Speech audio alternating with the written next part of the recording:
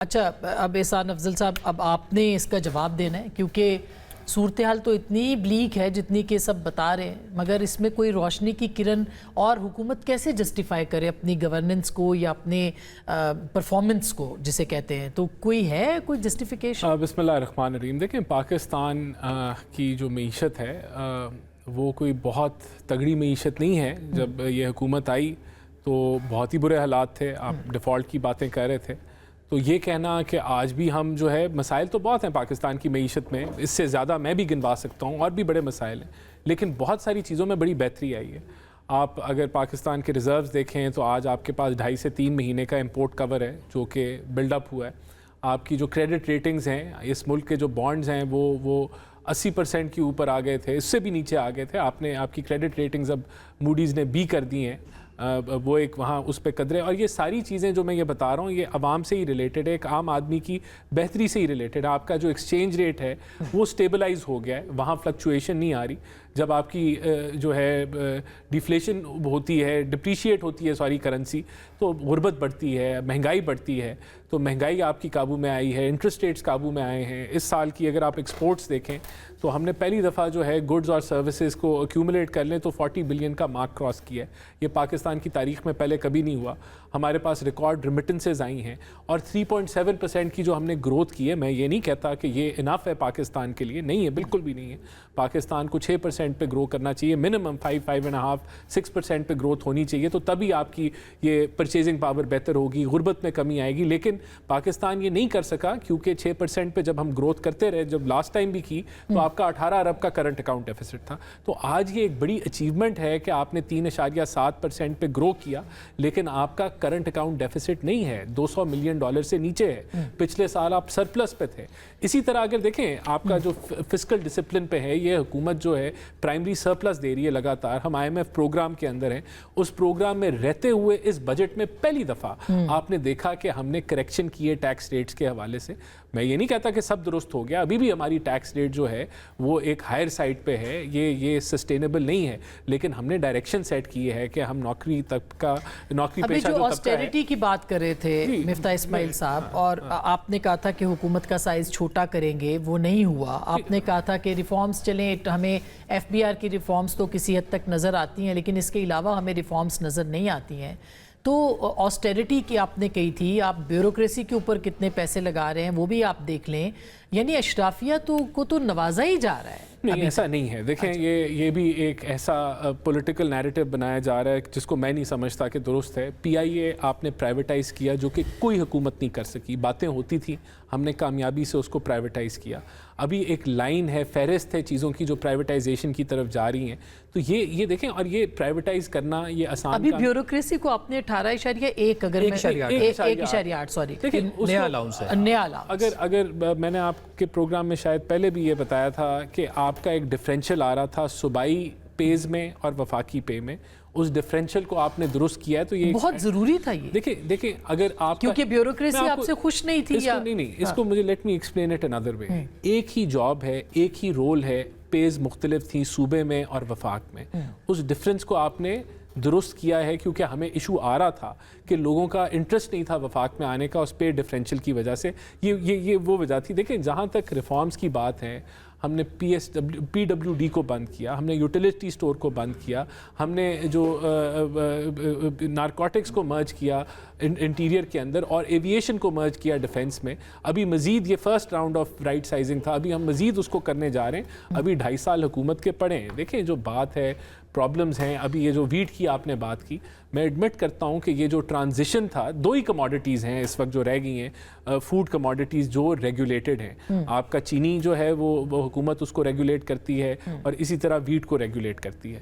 تو یہ IMF کے پروگرام میں ہم نے اس کی ڈی ریگولیشن ویٹ کی شروع کی، وہ ٹرانزیشن سموتھ نہیں تھی، اس کو حکومت ریویو کر رہی ہے، اور اس کو مزید بہتر کرنے کی ضرورت ہے۔ میری پرسنل رائے یہی ہے کہ حکومت کو ٹوٹلی ان دونوں کموڈیٹیز سے باہر نکل جانا چاہیے۔ بہرحال یہ اوور آل کیبنٹ کا اور گورنمنٹ کا فیصلہ ہے صوبوں کے ساتھ مل کے کہ how we go about it, but یہاں ایک ٹرانزیشن سموتھ نہیں ہوئی، یہاں پرابلم آیا۔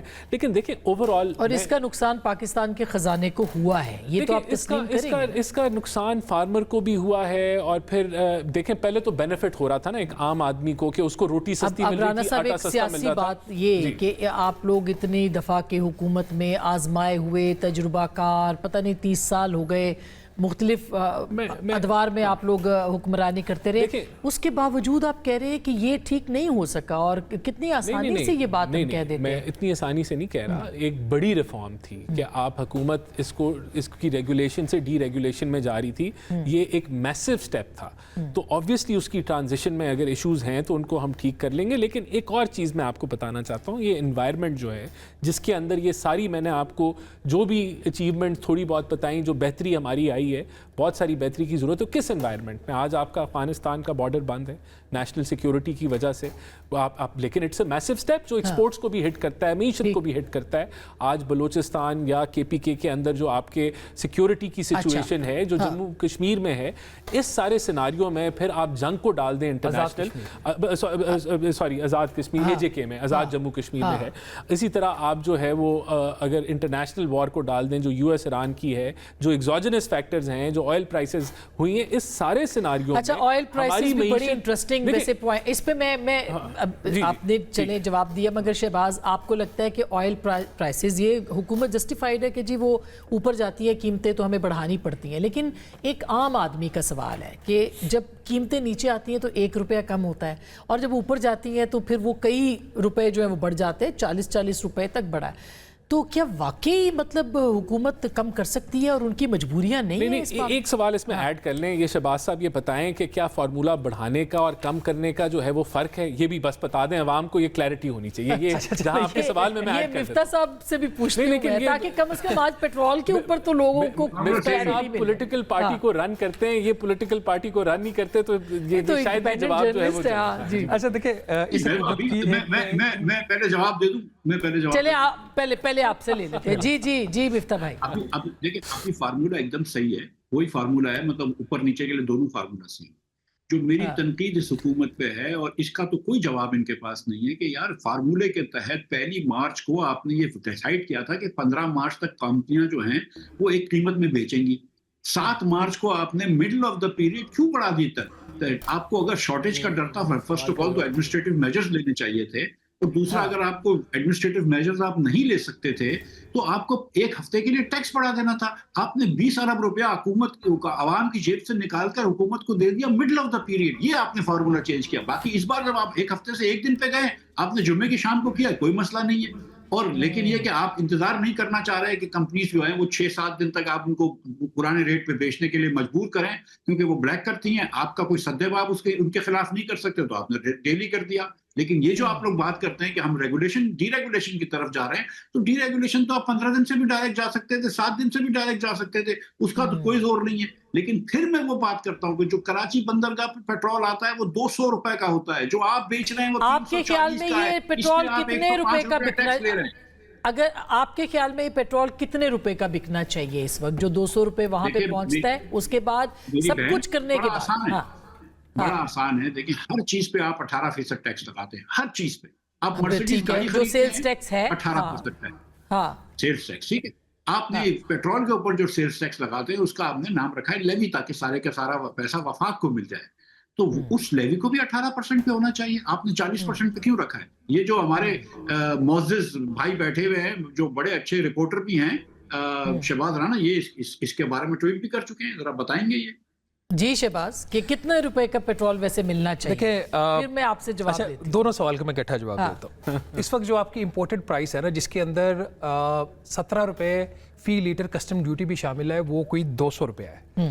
200 روپے کے اوپر جو مفتیٰ اسماعیل صاحب نے پوائنٹ ریز کیا, اور میں نے یہ اس پہ ٹویٹ بھی کیا تھا, کہ جو پیٹرولیم لیوی لگائی گئی تھی اس کا بیک گراؤنڈ یہ تھا کہ وفاقی حکومت کہہ رہی تھی صوبوں کے پاس بہت زیادہ پیسہ چلا گیا NFC میں, GST میں 60%, 57.5% صوبے لے جاتے ہیں, اب ہم نے ان کو پیسہ نہیں دینا, ہم پیٹرولیم لیوی لگا کے GST کے اس کے مقابلے میں آئی نہیں چیز, GST ختم کر دی اور لیوی لگا دی, تو وہ لیوی لگا کے ہم پیسہ اپنے پاس رکھیں. یہ کہانی شروع ہوئی 6 روپے 7 روپے 8 روپے فی لیٹر. مفتیٰ اسماعیل صاحب جب فائنانس منسٹر تھے, انہوں نے اس کو بڑھا کر 50 روپے فی لیٹر کر دی. اس وقت انہوں نے, جب اس وقت 30 روپے فی لیٹر تھا, میں میموری سے بات کر رہا ہوں, مفتیٰ صاحب مجھے کریکٹ کریں گے. اچھا,